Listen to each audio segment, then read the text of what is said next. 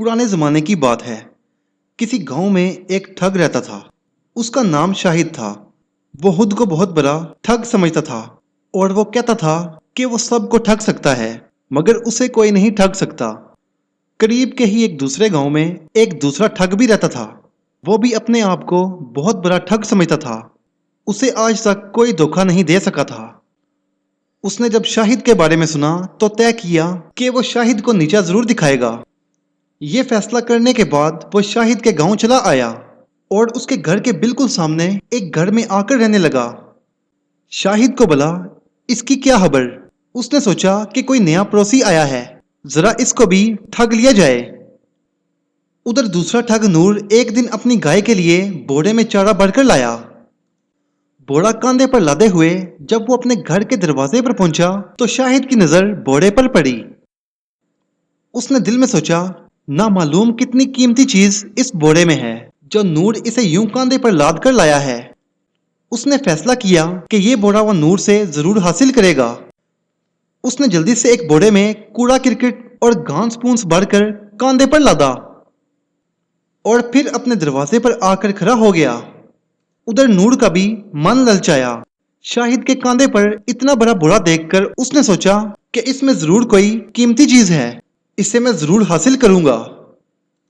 दोनों आमने सामने खड़े थे। दोनों में सलाम दुआ हुई। फिर शाहिद ने पूछा, ये तुम्हारे बोरे में क्या चीज है। नूर ने झट बोल दिया, गरम मसाला। अब बारी नूर की थी। उसने भी सवाल किया, और तुम्हारे बोरे में क्या है। शाहिद ने भी झूठ बोला, चावल। नूर के दिमाग में तरकीब आई। वो बोला, शाहिद भाई, मेरा भाई जो मर चुका है बिल्कुल तुम्हारी शक्ल का था। आज से मैं तुम्हें अपना भाई समझूंगा। शाहिद ने कहा, हमारे बुजुर्ग जब किसी को अपना भाई बनाते थे तो अपनी पगड़ियां बदल लेते थे। आओ हम दोनों भाई आपस में अपने बोरे बदल लें। फिर दोनों ने अपने बोरे आपस में बदल लिए। शाहिद खुश था कि उसने नूर को कूड़ा और घास फूस देकर गरम मसाला ले लिया। इधर नूर भी मगन था कि उसने गाय का चारा देकर शाहिद से चावल का बोरा ठग लिया। मगर घर के अंदर जाकर जब उन्होंने बोरे खोले तो पता चला कि दोनों ने एक दूसरे को ठगा, मगर खुद भी ठगे गए। अगले दिन शाहिद ने फिर एक तरकीब सोची। उसने चूल्हा जलाकर एक बड़ी सी पतीली में पानी भरकर चढ़ा दिया और घर के दरवाजे खोल दिए ताकि नूर अपने घर से पतीली को देख ले। नूर ने जब शाहिद के चूल्हे पर इतनी बड़ी पतीली चढ़ी देखी तो उसके मुंह में पानी भर आया। उसने अपने घर से आवाज लगाई, शाहिद भाई, क्या पका रहे हो आज। शाहिद ने जवाब दिया, तुमने जो गरम मसाले का बोरा दिया था उसे बेचकर मछली खरीदी, वो ही पका रहा हूं। नूर बोला, शाहिद भाई, तुमने जो मुझे चावल का बोरा दिया था उसमें से कुछ चावल बेचकर मैंने भी मछली खरीदी है, मगर मेरा ईंधन खत्म हो गया है। मेरी मछली भी अपनी मछली के साथ पका लो, दोनों आधी आधी खा लेंगे। शाहिद बेहद खुश हुआ। उसने सोचा, मछली मुफ्त में मिल रही है, नूर को क्या पता कि मेरे पास मछली वछली कुछ नहीं, पतीली में तो हाली पानी उबल रहा है। उसने जवाब दिया, नूर भाई, अपनी मछली लाकर मेरी पतीली में डाल दो। नूर ने भी एक खाली थैला इस तरह उठाया जिस तरह उसमें बहुत सारी मछलियां बड़ी हों। फिर वो शाहिद के चूल्हे के करीब आया और छत की तरफ देखकर बोला, वो देखो, तुम्हारी छत में जो सुराख है, बारिश होने वाली है, कहीं पानी ना टपके और आग ना बुझ जाए। शाहिद ने जैसे ही सुराख देखने के लिए अपनी नजर छत की तरफ उठाई, नूर ने झट से अपना थैला पतीली में उलट दिया और इस तरह झटकने लगा जैसे सारी मछलियां पतीली में डाल रहा है। आग तो तेज जल रही थी, पानी खुद बहुत पकने लगा। दोनों अपनी जगह खुश थे कि मुफ्त में मछली खाने को मिलेगी। थोड़ी ही देर बाद दोनों अपनी अपनी प्लेटें लेकर बैठ गए, मगर जब थोड़ी देर बाद पतीली का ढकना उठाकर देखा तो वहां उबलते हुए पानी के सिवा और कुछ न था। दोनों अपनी अपनी जगह शर्मिंदा हुए और हंसे भी कि वो एक दूसरे को ठगने चले थे, खुद भी ठग गए। लेकिन अब उनकी समझ में एक बात आ गई थी कि वो एक दूसरे को ठग नहीं सकते। उन्होंने फैसला किया कि वो आपस में एक दूसरे को ठगने की बजाय لوگوں کو ٹھگیں گے۔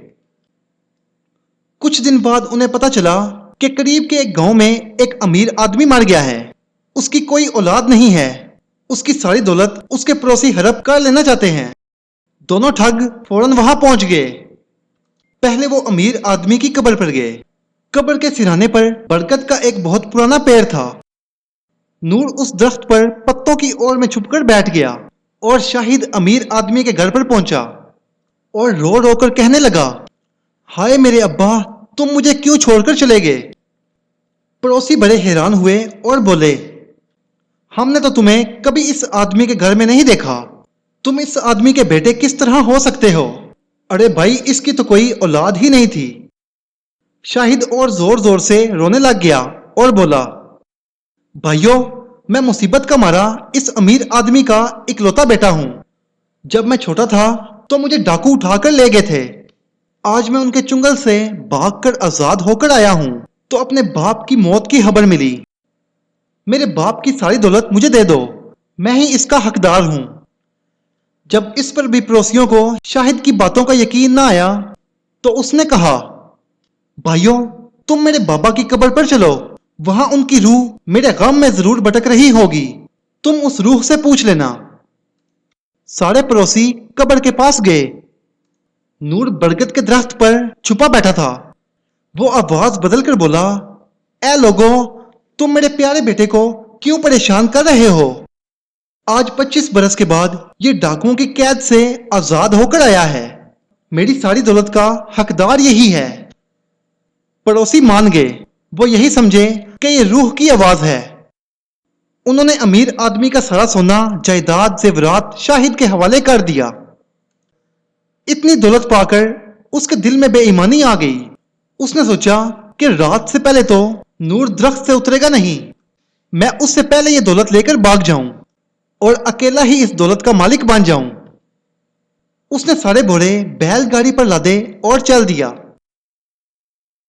جب وہ اس برگد کے درخت سے تھوڑی دور ایک جگہ سے گزر رہا تھا تو نور نے اسے دیکھ لیا اور بھانپ گیا۔ وہ فوراً نیچے اتر آیا اور بازار سے ایک جوڑا جوتوں کا خریدا۔ جوتے بہت چمکدار تھے، ان پر سنہری کام بنا ہوا تھا جو دھوپ میں خوب چمکتے تھے۔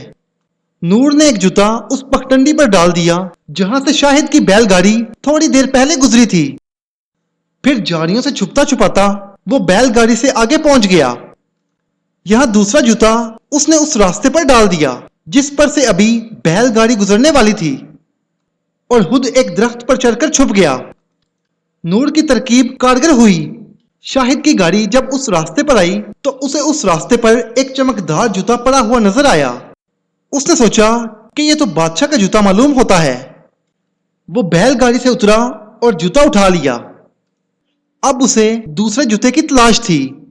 لالچ میں عقل بھی ماری جاتی ہے۔ جب آس پاس دوسرا جوتا نہ ملا تو اس نے بیلوں کو درخت کے ساتھ باندھا اور دوسرا جوتا ڈھونڈنے چلا گیا۔ جیسے ہی شاہد گیا، نور درخت سے نیچے اترا اور بیل گاڑی ہانک کر اپنے گھر لے آیا۔ شاہد ڈھونڈتا ڈھونڈتا ادھر پہنچا۔ اسے دوسرا جوتا تو راستے میں پیچھے پڑا ہوا مل گیا، مگر ادھر اس کی بیل گاڑی اور تمام دولت غائب ہو چکی تھی۔ وہ سمجھ گیا کہ یہ کام چالاک نور کے علاوہ اور کسی کا نہیں ہو سکتا۔ وہ سیدھا نور کے گھر پہنچا اور نور سے بولا، دیکھو، ہم یہ فیصلہ کر چکے ہیں کہ ہم ایک دوسرے کو ٹھگیں گے نہیں، اس لیے آدھی دولت مجھے دے دو۔ نور نے جواب دیا، اس وقت تو شام ہو چکی ہے، صبح آ کر بٹوارا کر لینا۔ شاہد چلا گیا تو اس کے جاتے ہی نور نے اپنی بیوی سے کہا کہ کل جب شاہد آئے تو اس سے کہہ دینا کہ نور اچانک رات کو مر گیا ہے اور مرنے سے پہلے اس نے دولت کے بارے میں کچھ نہیں بتایا۔ اگلے دن جب شاہد آیا تو نور چادر اوڑھ کر لیٹ گیا۔ لیٹنے سے پہلے اس نے اپنے سنہری جوتے بھی پہن لیے کہ شاہد کہیں انہیں اٹھا کر نہ لے جائے۔ نور کی بیوی نے شاہد کو رو رو کر بتایا کہ اس کا خاوند کل رات اچانک مر گیا اور مرنے سے پہلے اس نے اسے اپنی دولت کے بارے میں کچھ نہیں بتایا تھا۔ شاہد نے نور کو چھو کر دیکھا تو اس میں سانس تھی۔ شاہد نے کہا کہ نور ابھی زندہ معلوم ہوتا ہے، میں نور کو ایک بڑے حکیم کے پاس لے جاؤں گا جو پاس کے ایک گاؤں میں رہتا ہے۔ نور ابھی مرا نہیں، इसे एक खतरनाक बीमारी हो गई है। नूर की बीवी ने उसे बहुत रोका, मगर शाहिद न माना और नूर को अपने कांधे पर लाद कर चल दिया। नूर अब भी खामोश रहा। वो ये जाहिर कर रहा था कि वो तो मर चुका है। रास्ते में एक जंगल आया। अब रात हो चुकी थी और शाहिद ने नूर को एक दरख्त के तने से बांध दिया कि कहीं वो भाग न जाए, और वो खुद दरख्त पर चढ़कर सो गया। आधी रात गुजरी थी कि कुछ डाकू उधर से गुजरे। वो कहीं से बहुत सा खजाना लूट कर लाए थे। उनकी नजर जो अचानक नूर पर पड़ी तो उसके जूते देखकर उन्होंने सोचा, ये कोई अमीर आदमी है, इसे कोई यहां बांध कर गया है। डाकुओं का सरदार आगे बढ़ा कि नूर के जूते उतार ले।